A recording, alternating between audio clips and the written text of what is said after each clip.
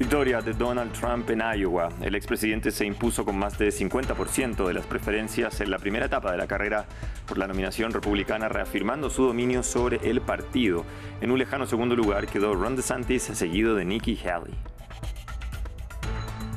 Israel anunció que la fase intensiva de la guerra en Gaza llegará a su fin en el norte del enclave y terminará pronto en el sur. A la fecha ya han muerto un total de 24.285 palestinos y más de 61.000 han resultado heridos en una guerra que ya lleva más de 100 días. Y esta madrugada, la Guardia Revolucionaria iraní atacó con misiles balísticos diversos territorios en Irak y Siria.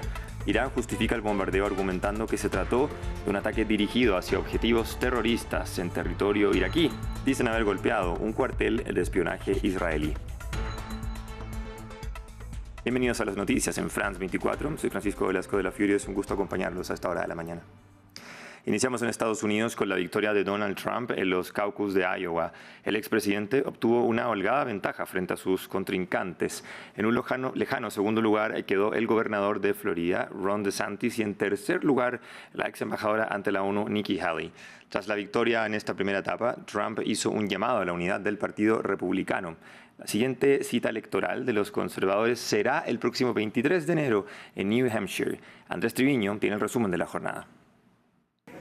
Como lo pronosticaba en las encuestas, Donald Trump arrasó en los caucus de Iowa, llevándose la victoria en 98 de los 99 condados del estado durante la primera cita electoral de los republicanos para elegir al candidato que lo representará en la carrera a la Casa Blanca del próximo 5 de noviembre.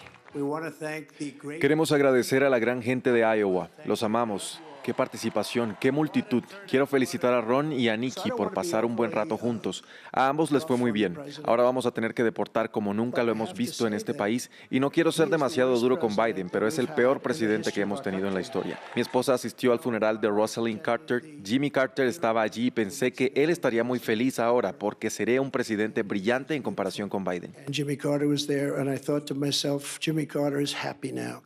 A los votantes no les importó ni los más de 20 grados bajo cero que registró Iowa el 15 de enero, ni los problemas legales que enfrenta Trump. El magnate obtuvo el 51% de los apoyos, casi 30 puntos por encima del gobernador de la Florida, Ron DeSantis, quien se llevó un 21%.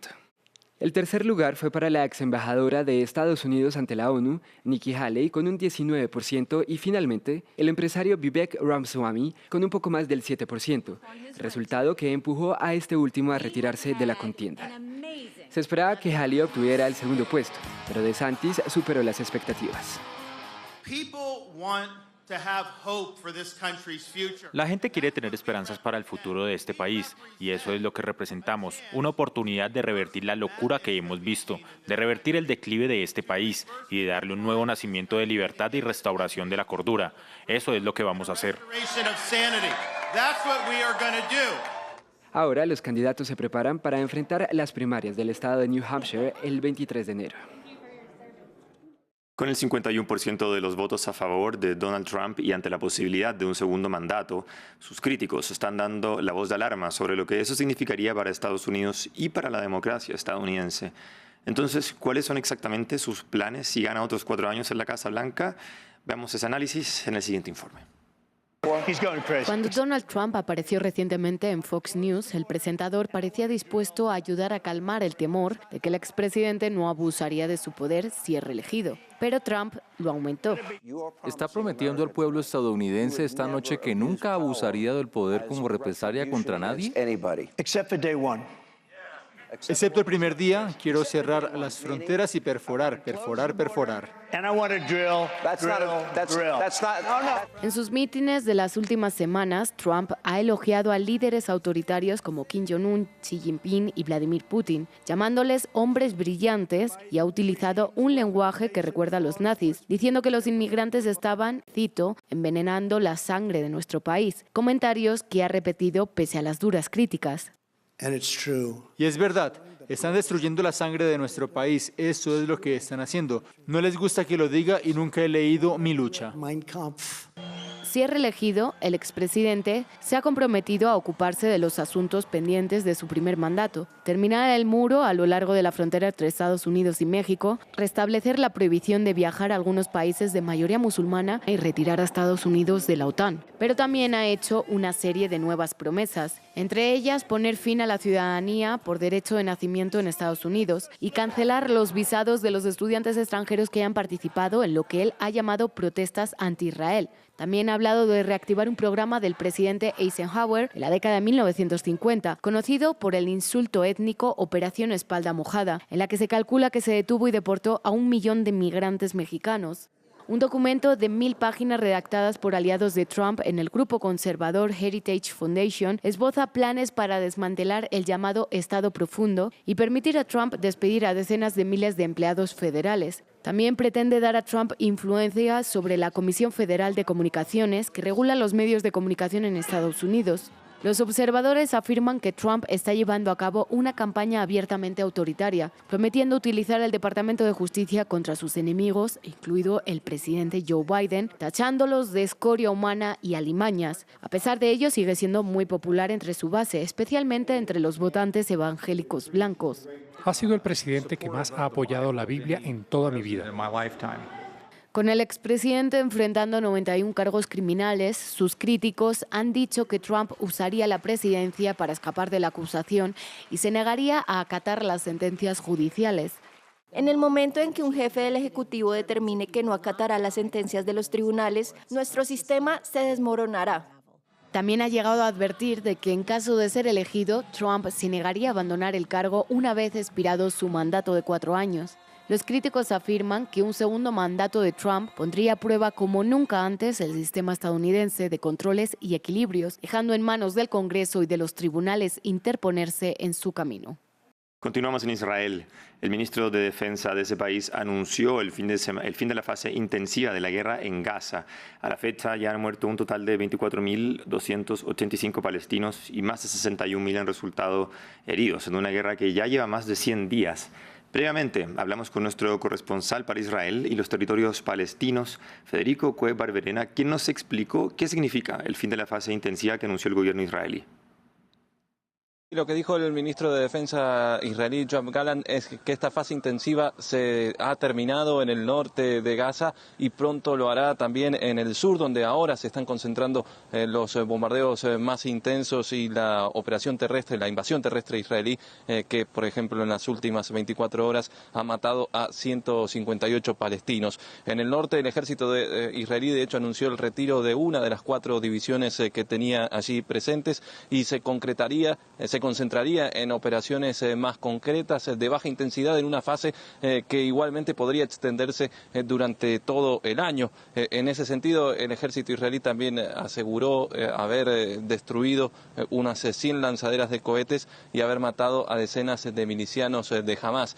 Pero, por otra parte, residentes del norte de Gaza han reportado que los tanques israelíes han vuelto a zonas de las que se habían retirado hace algunas semanas en el norte de la Franja de Gaza y se han retomado allí combates intensos, mientras que también esta mañana Hamás lanzó la mayor batería de cohetes desde un área del norte de Gaza hacia Israel en semanas.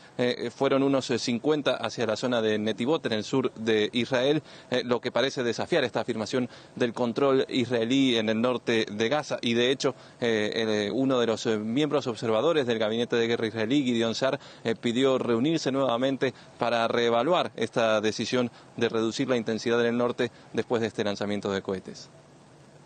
El Ministerio de Asuntos Exteriores iraquí condenó los ataques de Irán en su territorio y presentará una queja ante el Consejo de Seguridad de Naciones Unidas, luego de que durante la madrugada la Guardia Revolucionaria llevara a cabo ataques en el Kurdistán iraquí, que resultó en al menos 4 muertos civiles y varios heridos. Teherán señala que el bombardeo apuntó a una sede de los servicios de inteligencia israelíes en Erbil. Veamos el informe. La ciudad de Erbil, en Irak, ha entrado esta mañana en el conflicto regional en torno a la guerra en Gaza. Esta noche, por primera vez desde el ataque del 7 de octubre, la Guardia Revolucionaria iraní ha reivindicado un ataque directo contra elementos israelíes. El cuerpo de la Guardia Revolucionaria Islámica anunció la destrucción del cuartel general de los espías del régimen sionista, el Mossad, en la región del Kurdistán iraquí. Las autoridades políticas del Kurdistán iraquí informaron sobre la muerte de varios civiles, incluido un magnate inmobiliario, así como varios heridos, algunos en estado crítico. Acusan a Teherán de recurrir a justificaciones sin fundamento. El primer ministro de la región autónoma del Kurdistán iraquí, que limita con Irán, condenó una violación de la soberanía del país. En el mismo sentido se pronunció la Casa Blanca. Vamos a seguir evaluando la situación, pero las primeras informaciones indican que se trata de una serie de ataques imprudentes e imprecisos. Estados Unidos respalda la soberanía, independencia e integridad territorial de Irak. Según la agencia de prensa oficial iraní, este ataque en Erbil se produce en represalia por los recientes asesinatos de varios comandantes de la Guardia Revolucionaria y de líderes de sus aliados en Hamas y Hezbollah. También han informado haber apuntado a objetivos en Siria, algunos de ellos vinculados al autodenominado Estado Islámico, en respuesta al doble atentado del 3 de enero en Irán que dejó al menos 84 muertos. Este martes, el presidente Volodymyr Zelensky es el protagonista de la segunda jornada del Foro Económico Mundial. El mandatario ha sostenido reuniones con líderes empresariales y políticos como el secretario general de la OTAN o la presidenta de la Comisión Europea. Durante un discurso ante cientos de asistentes, el mandatario pidió no ceder en la presión contra Rusia, pues según él, ceder es agregar más años a la guerra. Y además pidió más sanciones contra Moscú. Putin embodies war. Putin encarna la guerra. Todos sabemos que él es la única razón por la que persisten muchas guerras y muchos conflictos y por la que todos los intentos de restaurar la paz han fracasado. Es debido a él y no cambiará. No cambiará. He will not change. He will not change. Pasamos a Francia, donde hay expectativa este martes ante lo que será la primera rueda de prensa del presidente Emmanuel Macron tras el más reciente cambio de gabinete. El evento, que será transmitido por la red de medios públicos y canales privados, es vista como una estrategia del mandatario para realizar su segundo mandato. Los detalles los tiene desde París nuestra periodista Erika Olavarría. El presidente Emmanuel Macron va a dar una conferencia de prensa a los medios. En realidad no es muy usual que lo haga. Es una tradición de la Quinta República Francesa que impuso Charles de Gaulle en 1959. Hay presidentes a los que le gustaba mucho, como François Hollande, que lo hacía todos los años, o Nicolas Sarkozy, pero no es el caso del presidente Emmanuel Macron, a quien parece le incomoda un poco este tipo de formato directamente con muchos periodistas. Lo hizo solamente en el año 2019, después de la crisis de los chalecos amarillos. Será en el horario prime a las 8:15 de la noche frente a varios periodistas y va a ser transmitido a través de las televisiones públicas y privadas. Habrá muchos periodistas, pero también van a estar todos los miembros de su nuevo gobierno. Y según el Palacio del Elíseo, habrá anuncios en temas como la economía, la educación, la ecología, la salud, en general todo ese nuevo armamento que él prometió en su discurso del 31 de diciembre, armamento económico, cívico e industrial. Forma parte de una cita con la nación que él ha creado. Es una nueva estrategia del presidente Emmanuel Macron que nos tiene acostumbrado a este tipo de estrategias, como por ejemplo fue también el gran debate tras los chalecos amarillos. La entrevista va a estar dividida en tres temas. Primero, la vida cotidiana, ahí van a estar todos los temas que hablé, economía, educación. Luego, la parte política, será muy importante porque ahí la gente espera que él explique por qué eligió a este primer ministro de 34 años, Gabriel Attal, por qué el gobierno está cargado a la derecha, por qué Rachida Dati es ministra, en fin, los líos incluso que ha tenido en los últimos días su ministra de Educación. Y por último, una parte dedicada a lo que son las relaciones exteriores con la guerra en Ucrania y el conflicto entre Hamas e Israel. Y cerramos con la tan esperada ceremonia de los Emmy, que premió lo mejor de la televisión y que se celebró anoche tras un retraso de 4 meses provocado por la huelga de actores y guionistas de Hollywood. 3 programas dominaron el evento. Succession de HBO, que se llevó 6 galardones, incluido el de Mejor Serie de Drama. The Bear de FX, con 6 galardones, entre ellos el de Mejor Serie de Comedia. Y la miniserie Beef de Netflix, con 5 premios.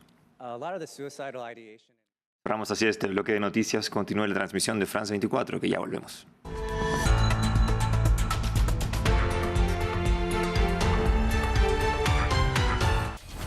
Todos los temas, todos los puntos de vista.